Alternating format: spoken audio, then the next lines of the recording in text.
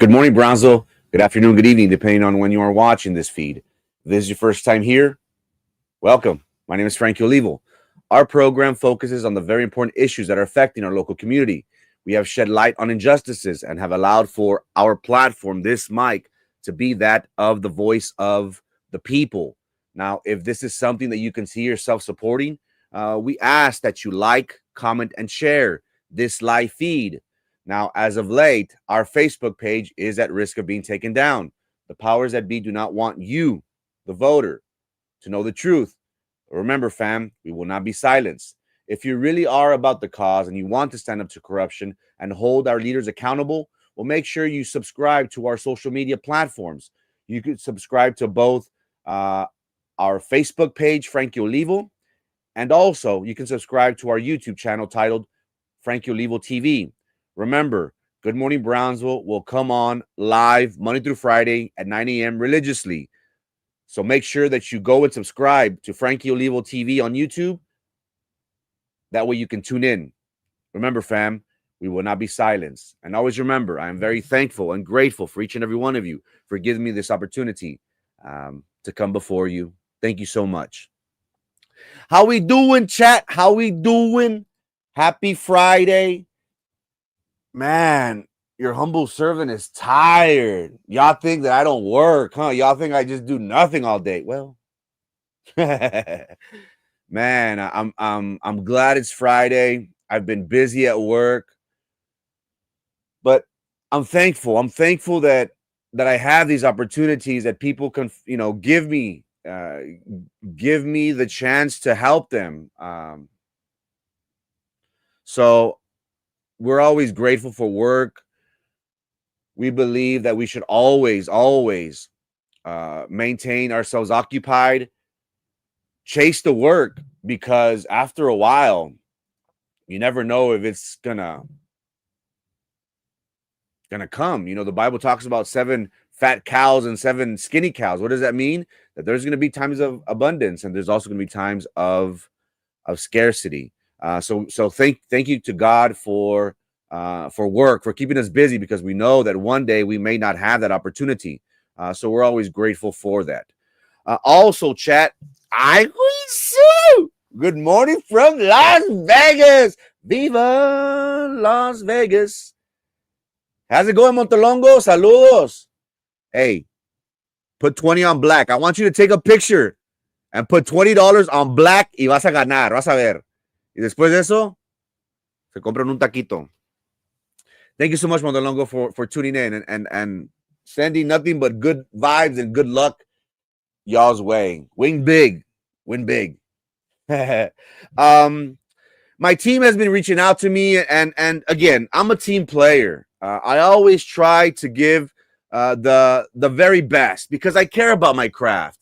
I really want to give you the best product, the very best of me. And I do listen. We did speak about on Monday how Pedrito Cardenas, there's a police cam video out there.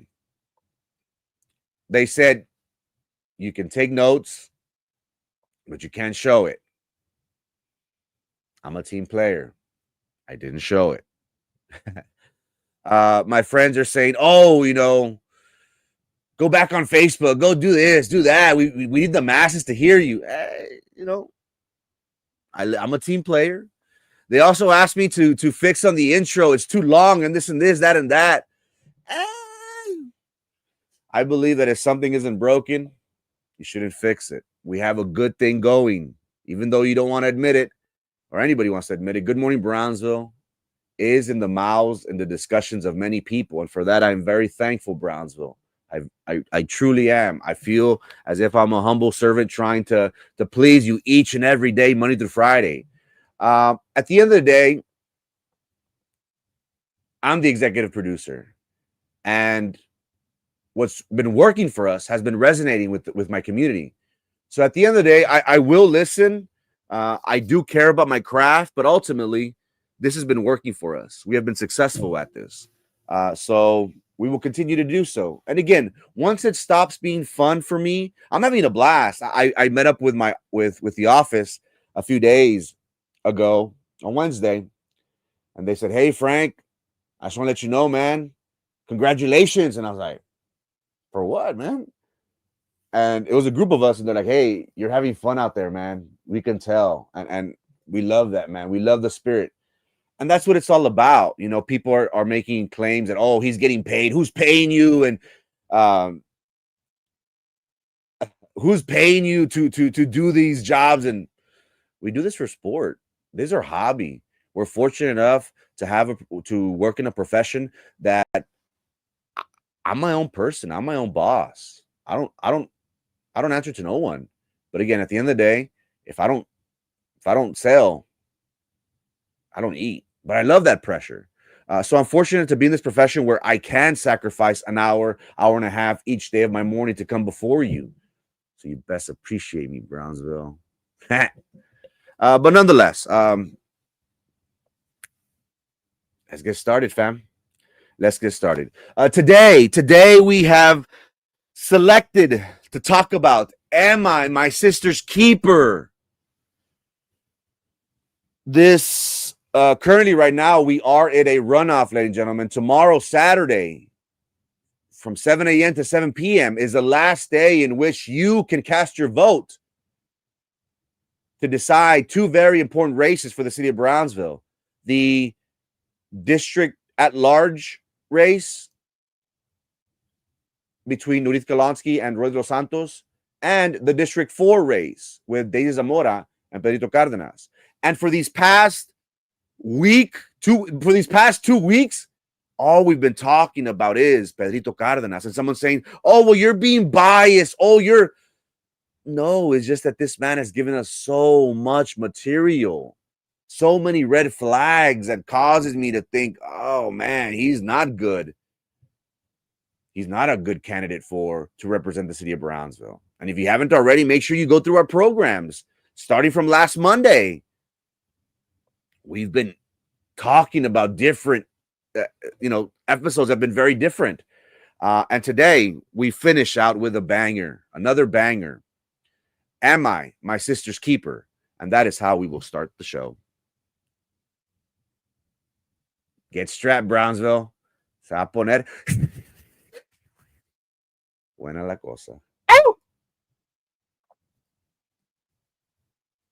Here's the truth about confidential informants. I give you the answer that most law school professors use all the time. It depends on the circumstances. Here's why. Let's say a confidential informant comes in and says, "Hey, I purchased narcotics from this person on this corner at this time, and I purchased this much." Is the officer going to believe them? Probably not. Why? Because they're a confidential informant. They're not trustworthy. How do you put that in real terms? Let's say someone gets arrested for narcotics. First question the police officer asks, "Hey, where'd you get this from? You can help yourself." "Oh, I got it for so-and-so." "You willing to help yourself out?" "Sure." They wire them up, give them a video, "Go purchase from so-and-so and come back and tell us what happened." They have it all on audio and video. Now it's an issue of credibility. Is it clearly shown on the video? Is it clearly heard on the audio? If you ever have a case where you're dealing with a confidential informant, make sure you have someone who knows what they're doing, cross-examining that person, because the reality is confidential informants are inherently unreliable.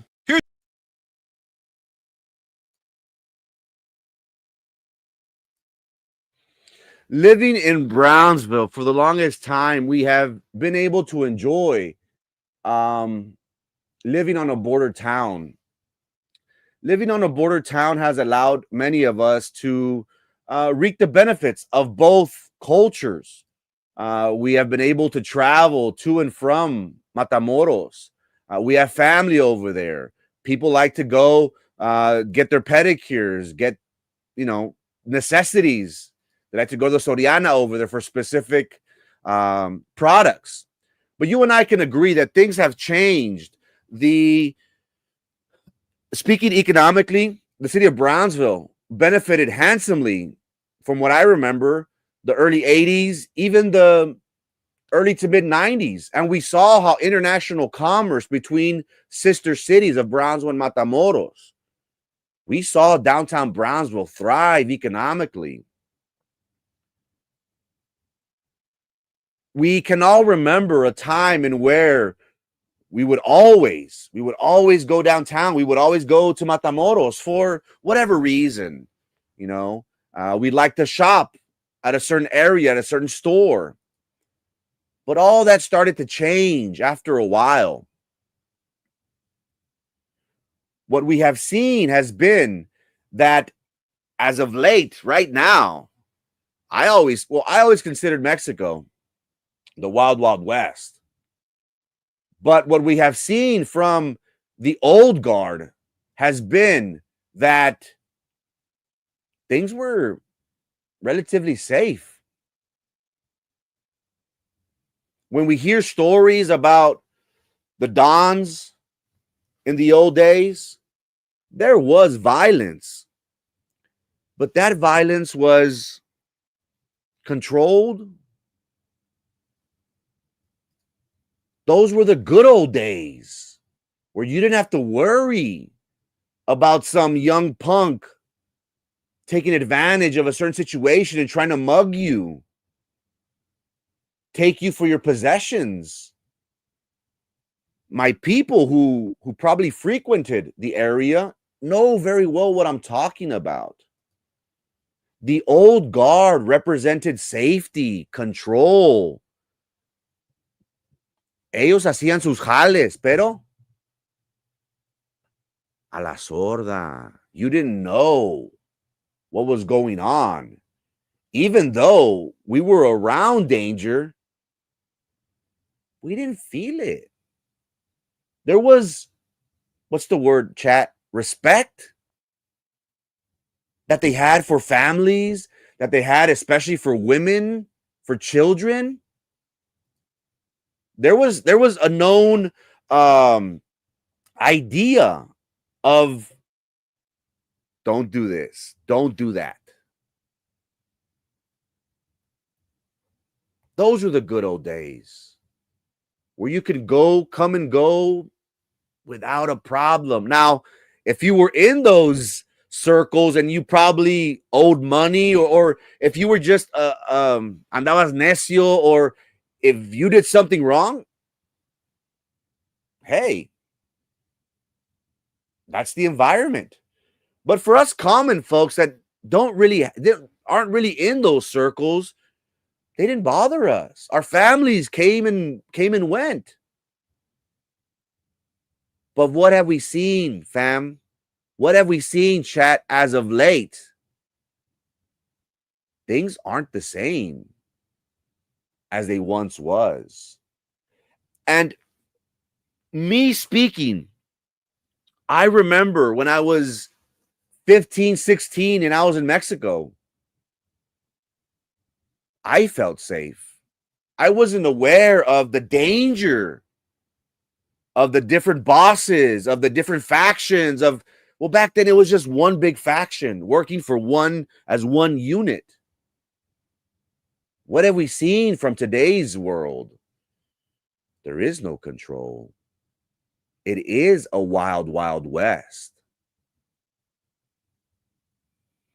There are multiple factions that have different agendas that rely on support from different organizations, heavy hitters. There's no respect anymore. And that's something that I hear a lot from the elder generation. Like, no hay respeto. Back in the day, if you saw a lady walk in and you had a hat, you had a sombrero, you took off that sombrero.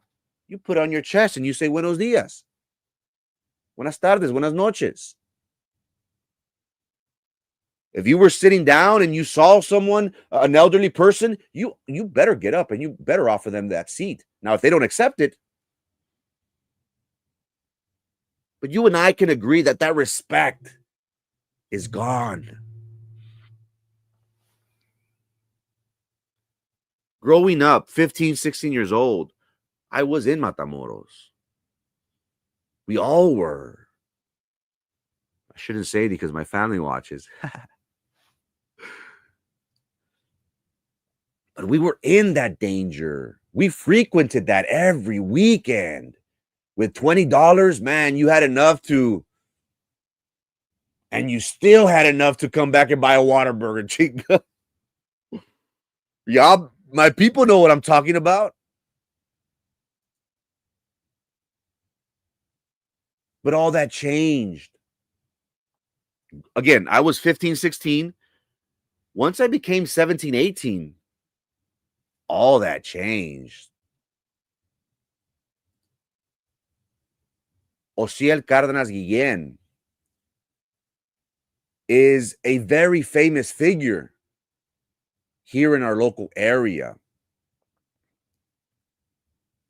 What we have seen from the likes of the capos, the bosses of the guerras and the abregos was respect, honor, family, dignity, pride. Do not mess with families, do not mess with women, and you do not mess with kids. That was something that was known from those bosses. Hey, you better. And if you're not aligned, we'll fix that problem real quick. But what do we see? Once the Cárdenas Guillén family came in, all that changed. Because Cárdenas Guillén, was a violent person, a brutal. He took control of the organization across the pond by force, by colluding, by eliminating friends. And you and I know the story. Cárdenas Guillén is the reason why the paramilitary group, the soldiers, la Marina, soldados del ejército, joined Cárdenas Guillén's organization and became known as the famous last letter of Los Zetas. And what did we see? That the Zetas, who were once just a strong arm, who were just protecting the product, protecting the business, took over. And now they became the bosses. And what did that lead to? A lot of violence. Again, I'm talking about when I was 15, 16. It was okay. But there was that famous incident where this individual held a federal agent.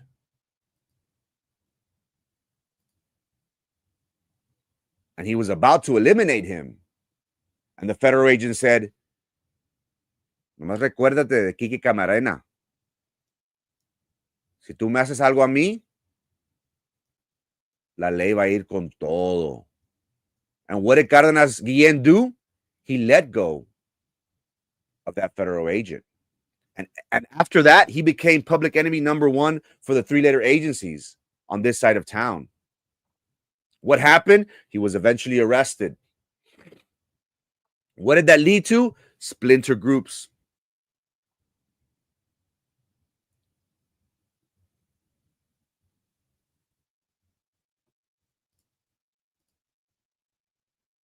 Now we have different organizations and different factions that ruled. And these people aren't nice. These people, they control with an iron fist. Respect is gone. Dignity is gone.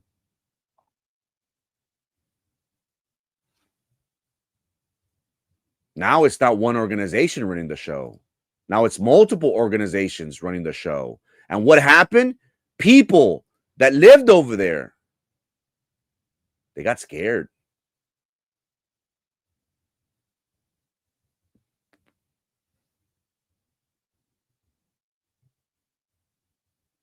They got scared. People that was their environment, that was their home, eventually said, this violence is way too much for me and my family. We are going to skip town and go across the United States. But what did that lead to? Well, it led to a lot of changes here locally. People with money from the other side, because of the dangers and the risks and the war that was in Moros for many years, and it probably continues. Now it's a little bit more calm. It's a lot more calm now, which we're glad. We know they're going to do what they're going to do, but at least our people are able to live a dignified life. What we saw from the ramifications, the repercussions of the war, of the violence, we saw narco juniors come to this side of the pond. What are narco juniors? Narco juniors, I can best describe it as hijos de papi that don't work, that don't know the struggle, that their parents are loaded. And you and I can agree that we know of someone, we've heard of someone. And what did these narcos juniors do? They started investing on this side. They want to wash money.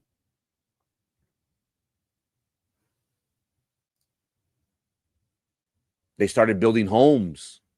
They started pushing their money through finances. And these people are very good at what they do. Some are very good at what they do. Others, the St. Joe Juniors, hey, they're saying it. I'm not. Some are very good at what they do. You would even know that they're doing this. I know a lot. Some are good at what they do.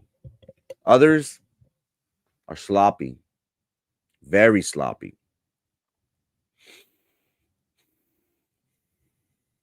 Why are we talking about this?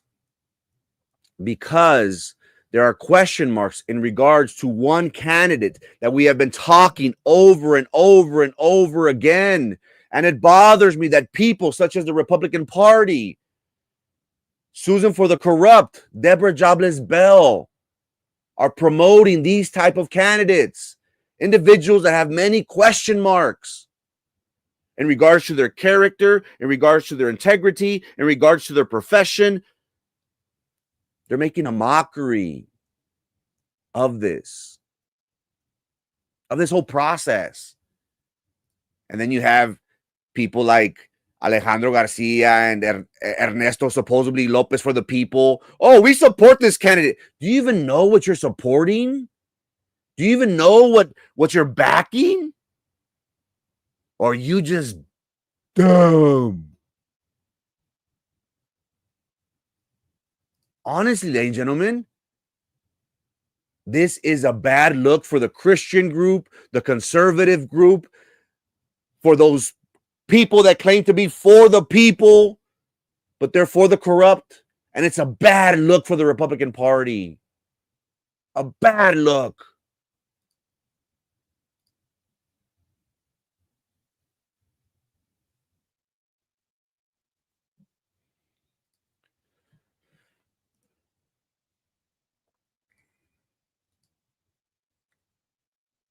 This is an establishment that your candidate for District 4, this is an establishment that your candidate for District 4 used to run. This is the family business. This picture was taken in January, somewhere between January and February, January through March of this year. It says under new management. Let me blow it up before you say, no, it doesn't. This was a business that Pedrito Cárdenas, your candidate for District 4, was running. Why are we talking about this? Well, we've been making many compelling arguments and allegations in regards to his person.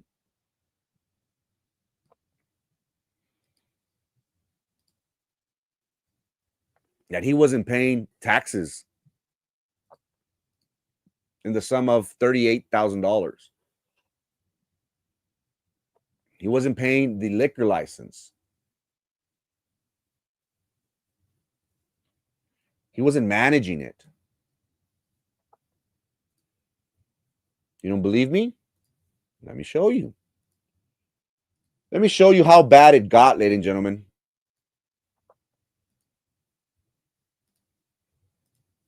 Let me know when I'm on. I'm on? All right. Here we have a post from January of 2025 from Brownsville Online. Brownsville Online is a site that promotes businesses. They do a great job. They keep the community informed of what's going on. They promote businesses. Hey, come, let's give business to these people, young entrepreneurs. Let's go. And people go. People listen, and we're supportive of initiatives like this. We really are. It said, today we visited Mi Pueblito Restaurant, Bar and Grill, a true icon in Brownsville, now under new management. You see that in caps, fam?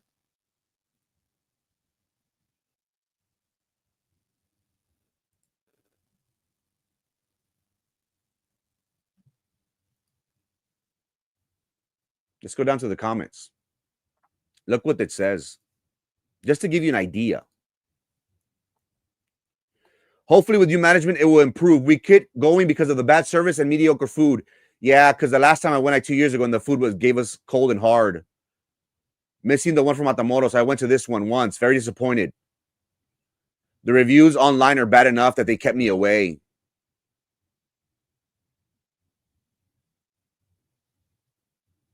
And it goes on and on and on and on. And who was running it? Your candidate for District 4, Pedro Cárdenas. He wasn't paying his taxes. He wasn't, he was stealing servers' tips who were undocumented individuals who relied heavily on that money. So what did the family do? They replaced them.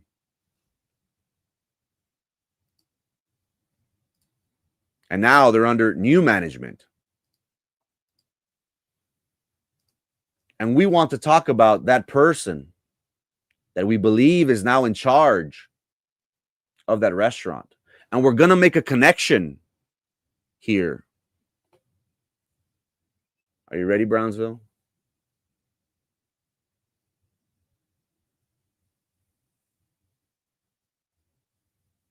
This individual that is now running Mi Pueblito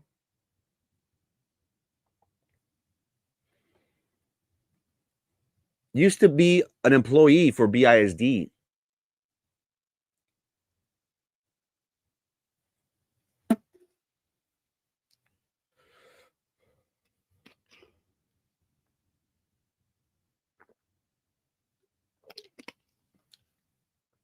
They used to be an employee for BISD.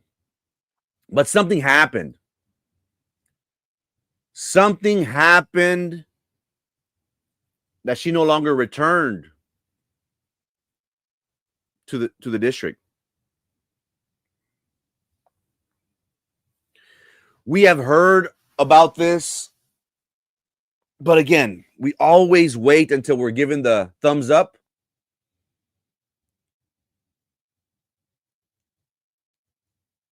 We're team players.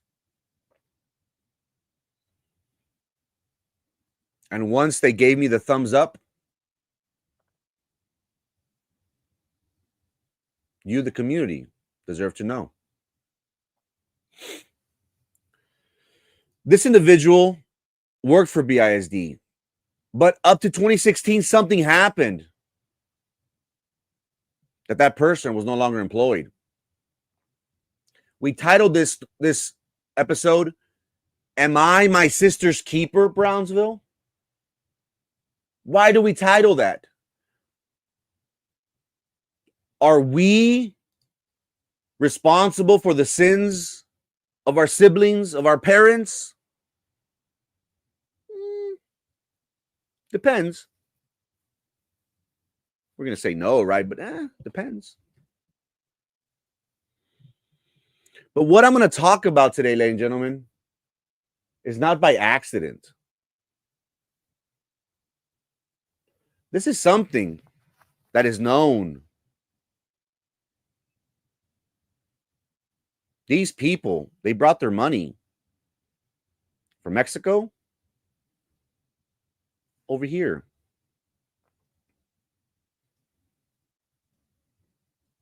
Why?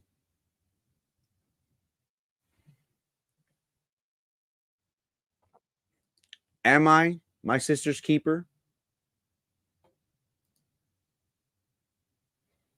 According to a Tamaulipas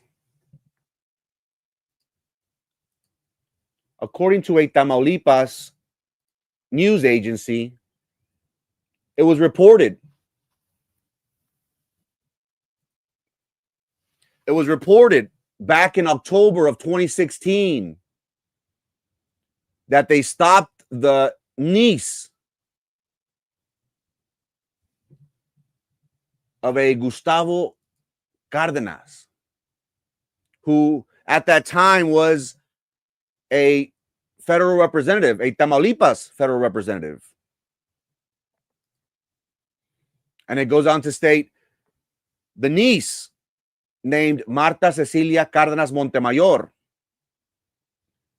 fue detenida por posesión de cocaína y más de 100,000 bolas en efectivo.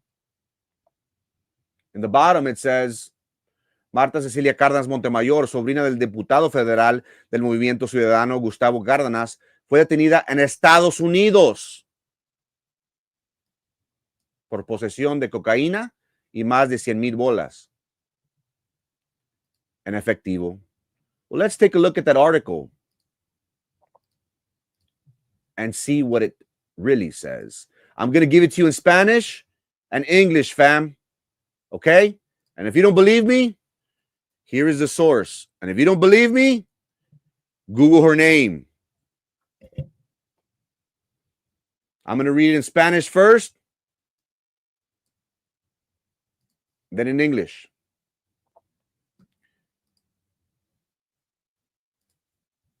Am I up? I'm up. Okay, good. This is the source. If y'all want to click on it later, again, we always bring receipts, ladies and gentlemen. Always bring receipts. You ready, fam? Let's go, chat. According to Últimas Noticias, a news agency in Tamaulipas, it stated that back in October of 2016, I'm going to read in Spanish first, and I'm going to give it to you in English. Arrestan a sobrina de Gustavo Cárdenas por posesión de cocaína en Texas. Marta Cecilia Cárdenas Montemayor, sobrina del diputado federal tamaulipeco Gustavo Cárdenas, fue arrestado en el sur de Texas por agentes del departamento de sheriff del condado de Cameron por posesión de cocaína y más de 100,000 bolas en efectivo. Un vocero del departamento del sheriff reveló que la mujer fue arrestada el pasado 17 de agosto junto con su esposo, el que se omita el nombre, pero por las investigaciones no se había hecho público el arresto. La mujer salió libre bajo fianza momentáneamente, pues espera que las acusaciones en su contra sean presentadas por la oficina del procurador del condado de Cameron ante la gran jurado y, de ser confirmadas, será procesada en la Corte Estatal de Distrito que sea asignada. Con la detención de Cárdenas Montemayor se abre una línea de investigación para desarticular una red internacional de lavado de dinero y tráfico de estupefacientes. Según los registros oficiales de la justicia tejana, esta no es la primera vez que la sobrina del diputado federal y ex candidato a la gobernatura de Tamaulipas por el partido Movimiento Ciudadano es arrestada por presunto lavado de dinero. Cabe recordar que ya son 2 integrantes de la familia Cárdenas que se han visto recientemente involucradas en diversos roces con la ley, ambos por posesión de drogas. Javier Cárdenas Dávila, hijo de Gustavo Cárdenas, quien cuenta con antecedentes judiciales en Estados Unidos, resultó baleado el pasado mes de junio en un operativo antidroga en el municipio de San Pedro Garza García, Nuevo León. En ese entonces, el legislador tamaulipeco declaró a los medios de difusión que los policías que participaron en el operativo dispararon a matar en contra de su hijo y defendió su inocencia. Por su parte, el alcalde de San Pedro Garza García, Mauricio Fernando Garza, se manifestó porque el joven Cárdenas Dávila enfrentará un proceso por narcotráfico en la cárcel y no en libertad. En ese sentido, el regidor de este municipio, Regiomontana, José Ángel Mercado, afirmó en sesión que de Cabildo que dicho incidente que dejó como resultado una persona herida por impactos de bala se dividió de una investigación de ventas y de herramientas. What do we see, ladies and gentlemen, from this? I'm going to read it in Spanish, ladies and gentlemen. I read it in Spanish. Now I'm going to give it to you in English. Again, hasta se lo damos en francés, raza, si quieren. Francés, mandarin, italiano, griego, usted me dice. It reads in English, this news article that I just posted, and it's right here with receipts. It states, Marta Alicia Cecilia Cárdenas Montemayor, niece of Tamaulipas federal representative Gustavo Cárdenas, was arrested in South Texas by Cameron County Sheriff's Department agents for possession of cocaine and more than $100,000 in cash. A spokesperson for the sheriff's office revealed that the woman was arrested on August 17th, moving along with her husband, whose name was withheld, but due to the investigation, the arrest had not been made public. The woman was temporarily released on bail, as the charges against her are expected to be presented by the Cameron County District Attorney's Office to a grand jury. If confirmed, she will be prosecuted in the assigned district court. Cárdenas Montemayor's arrest opens a new line of investigation to dismantle an international money laundering and drug trafficking network. According to official Texas Justice records, this isn't the first time that the niece of the federal representative and former candidate for the governor of Tamaulipas has been arrested for money laundering. Not the first time.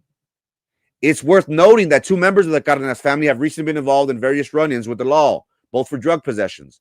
Javier Cárdenas Dávila, Gustavo Cárdenas' son, who has a criminal record in the United States, was shot last June of 2016 during an anti-drug operation in the municipality of San Pedro Garza Garcia, Nuevo León. It's a very exclusive neighborhood area. At the time, the Tamaulipas legislator told the media that the police officers involved in the operation shot and killed his son and maintained his innocence. For his part, the mayor of San Pedro Garza Garcia, Mauricio Fernandez Garza, expressed his support for the young man, who will face drug charges in prison rather than in freedom. In this regard, the council member of the Monterrey municipality, Jose Ángel Mercado, stated in the city council session that the incident, which left one person injured by a gun wound, stemmed from an investigation in drug sales. Why am I bringing this up, ladies and gentlemen? Because it clearly states that this is an international web. There's so many people out there. And what have we been saying for the past 2 weeks? Pedrito Cárdenas does not have a job. Pedrito Cárdenas has a lot of question marks moving forward. Ask him where his source of money, of his income comes from. According to the paper, it stated, this is an international network. Ladies and gentlemen, if you think that this is the last that you're going to hear of these individuals on this screen,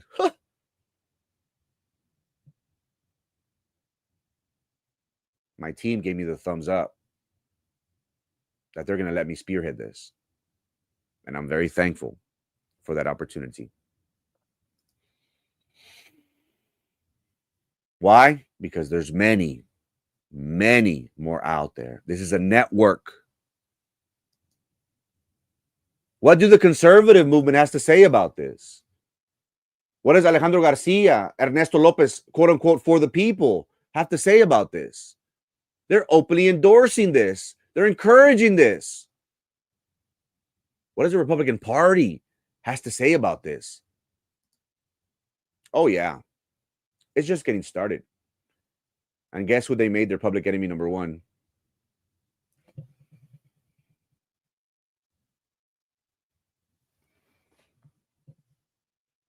Why are we talking about this? Because this is who we have at the head of the city commission. An individual that couldn't run a business. But yet you want to give him the keys to a government entity with an annual budget of $130 million.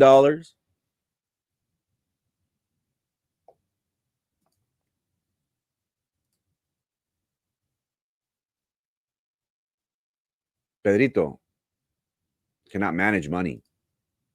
He owes a lot of people money. It's an open secret that he needs this position bad. He needs it bad to stay afloat. Why? Because that's his source of income. He knows that a lot of people depend on him. A lot of people depend on him. You don't believe me? You think everything that I say is lies? How would I know these things? Because I have a great team that points me in the right direction and say, hey, escárvela ahí, mijo. Escárvela ahí. Because people are sick and tired of narco juniors coming over here and thinking that they're still in Matamoros. It's not like that. They don't work. They don't know the struggle. They're the first ones in lines for the grants, him and his wife and his uncle and his cousin. But yet they do chicken plates and oh my God, they're feeding the people. Why don't they give the people jobs? That's what I want to do. I don't want to give you a chicken plate. If you elect me I'm going to run for every government entity.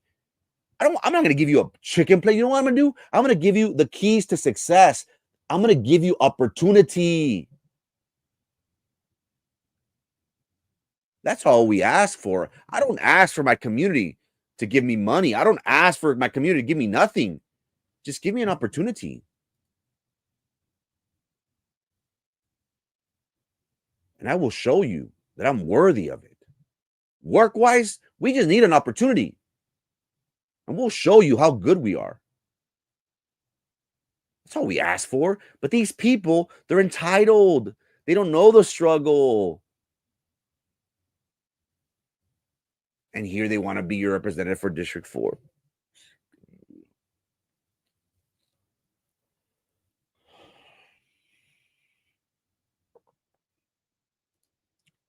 Pedrito Cárdenas has an issue with money.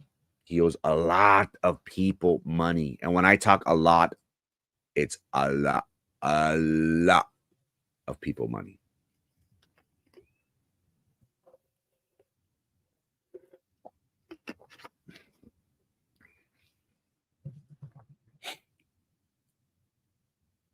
Shortly before the campaign started, Gustavo de Leon, I do not know why, if he's a federal agent, you would think that he'd be able to sniff out this stuff. But I guess people aren't smart.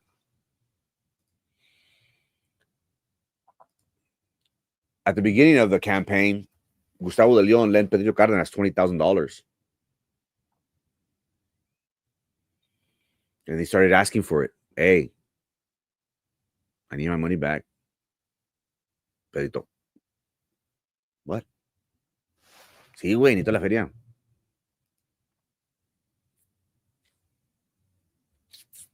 It got to a point that Gustavo de Leon got so desperate that he said, hey, bro, I need that money back. My wife found out. And you know, once the wife finds out, ya valió madre.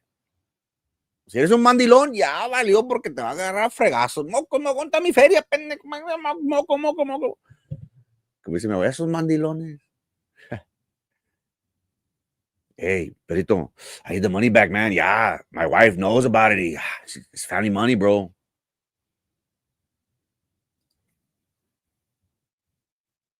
And then a few days later, Pedrito Cardenas gave him the $20,000. How do you get that money? I don't know. Why am I bringing this up?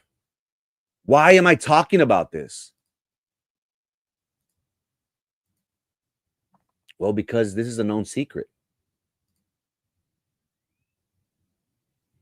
This is a known secret. Juan Montoya, to me, is the godfather of investigative journalism. We've all read his pieces. Heck, I've even been a part of his hit stories.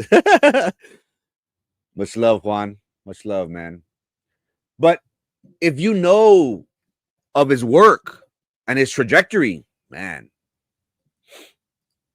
the guy is solid. Me, your humble servant, I wish to be under, or I wish to be at his toes, at his, como dice, a los tobillos. That is the amount of respect that he has given. His work is very, very good. And again, we're not here to say that, he bats 1,000% each time. I've gotten, I've gotten the opportunity to, hey, understand. Come on the border by the sea, the crossroads to the Himalayas, Captain Bob. But Juan Montoya is very good at what he does. I wish to be a third of him. Like, he is, wow. Again, does he get it right 1,000%? Things probably get lost in translation. But again, everything that we've been speaking on for these past 2 weeks against Pedrito Cardenas, it's nothing new. This isn't something that I'm inventing or no. Let's go to the article.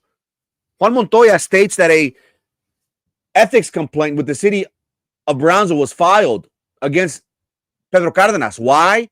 Because there was a claim of $100,000 that was being unaccounted for. I'm going to leave this article here for you to read after we get off. You don't believe me, right? You think I'm lying? No, we always got receipts, los recibos. There, it's there. This article talks about how it took 6 months for Pedrito Cardenas to submit his financial campaign finance report, which was due in January. He didn't file it until a day after that this ethical complaint was filed against him, against his party, against his candidacy. And they talk about how there was a golf tournament and you had at least 100 sponsors. And we do the math. Sponsors were, in the range of 100, some to even 1,000, 2,000. There were attorneys, congressmen, important people within the city. DHR, Fruya Motors, LFG Distributors, Republic of Service. Legitimate businesses. But again, if you go through his campaign finance report, you're going to see some, I don't think that guy gave him money. And I can confirm that guy didn't give him money. If he didn't give me or Erasmo money, you think he's going to give him? Nambre. But again, back to the story. So there's allegations. There were allegations made that Pedrito Cardenas was washing $100,000. Where do we hear that from? Washing, a network, part of that. Where do we hear that from? I don't know. Think we've heard it before? Where the article says that this person is part of a network of international organization.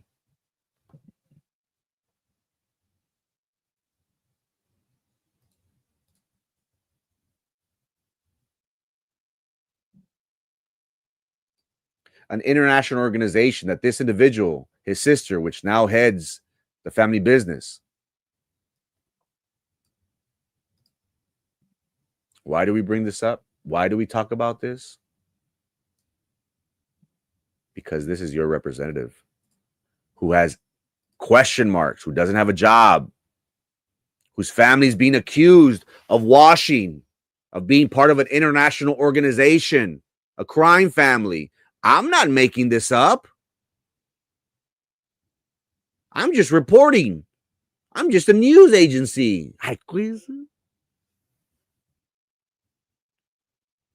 But why do we bring this up? Because we have made serious allegations that Pedrito Cárdenas appointed Alejandro Nájera, who manages Monarca Baja Kitchen in downtown Brownsville, who he has received grants, contracts for his restaurant.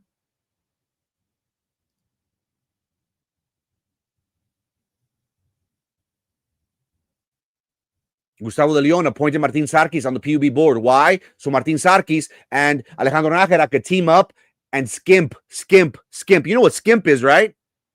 Aquellos que andan en, they shave it off. Esto para mí, esto para ti, esto para mí.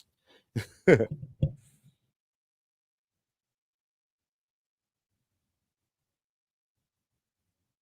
think I'm lying.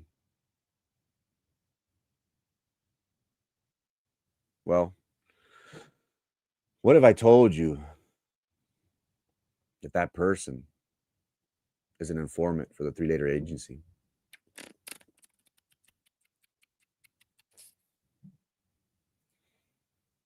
What if I told you that that person was caught multiple times with controlled substance, quantities of controlled substance, and large amounts of dollars in cash?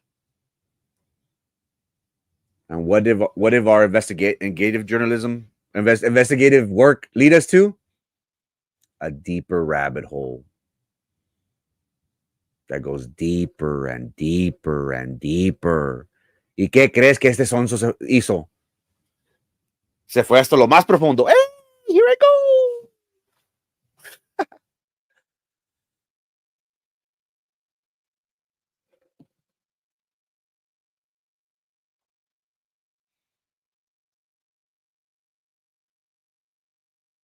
This is real world stuff. What, you think that what happened over there stayed over there? No, sir, no, ma'am. Now, why do I say this? Because Pedrito might end up like his sister. Again, why did I title this, Am I My Sister's Keeper? Because she's working for the three-letter agency since 2016. Why do we know this? Or how do we know this? We'll just say we know.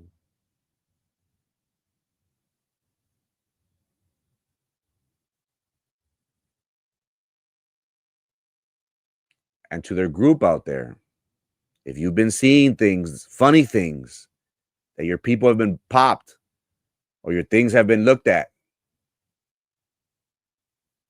maybe now you know why. She has not been charged with the crime. Her cases mysteriously went away.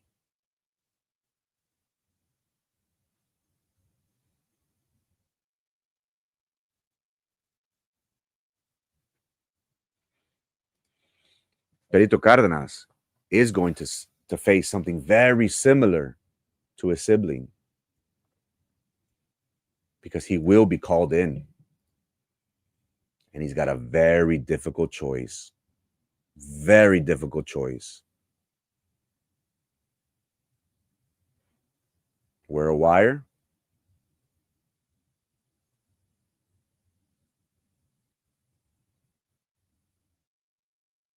Or face serious time?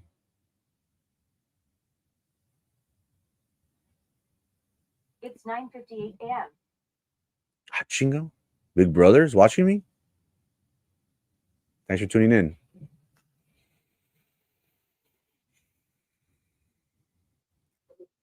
That is what we're facing at the city of Brownsville. But yet you have the conservatives, Alejandro Garcia, Ernesto Lopez for the people, Susan for the corrupt, Deborah Jobless Bell, the Cameron County Republican Party endorsing this candidate.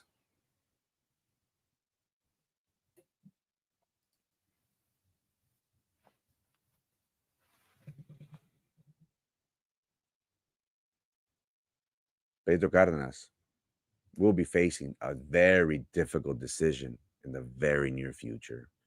Will he make the same decision as his sibling? Will he work for the three-letter agencies? Will he rat out his own people?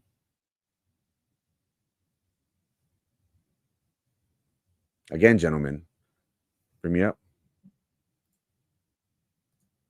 Don't be mad at me. Be mad at him. He doesn't know how to work right.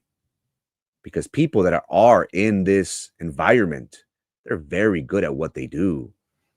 Hacen sus jales a la sorda, donde nadie sabe. Y Pedrito la vive cagando. Le dice a todo mundo, esta información no es nada nuevo. So no me echen la culpa a mí. This program, whoever wants to represent the citizens of Brownsville, we will vet them. And we will tell our community the good, the bad, and the ugly because they deserve to know. Susan for the Corrupt doesn't want you to know Republican Party.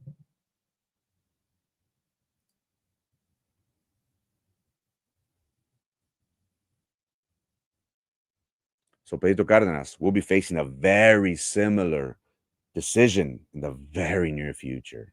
If he hasn't been already, you either work with us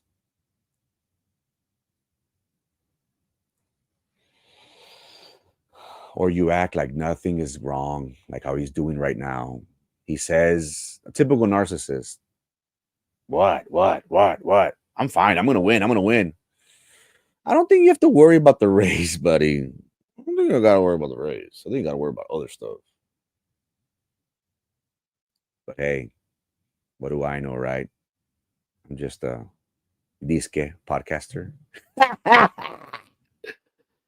Thank you, Brownsville. Happy Friday. I'm telling you, I'm going to give you nothing but bangers, raza. All summer. Mira, vamos a estar aquí, ¿no? Tranquilo, viviendo la vida y banger, moco. Ladies and gentlemen, tomorrow, Saturday, is election day.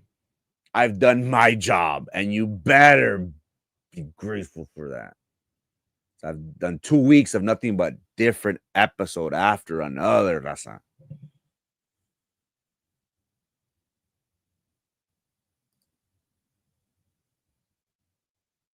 Make sure you tune in Monday through Friday, 9 a.m. Good Morning Brownsville. We'll come on to you, rain or shine. I am thankful to each and every one of you for the opportunity that you give me. You let me into your homes. You let me into your work. No one's going to know. And for that, I am very thankful for it. Tune in Monday, fam. Se va a poner. Thanks for the opportunity that you give me. Happy Friday. Good weekend. Nah, I'm going to enjoy myself, man. I'm going to enjoy myself. Well, I don't know, maybe. I don't know. I'm tired, man. Y'all think I don't do anything. Hey, this stuff takes me a while to do. I got my personal life. I got my business. I have my family. We'll see. We'll see how I'm feeling tomorrow. I might go live. I don't know. I might be under.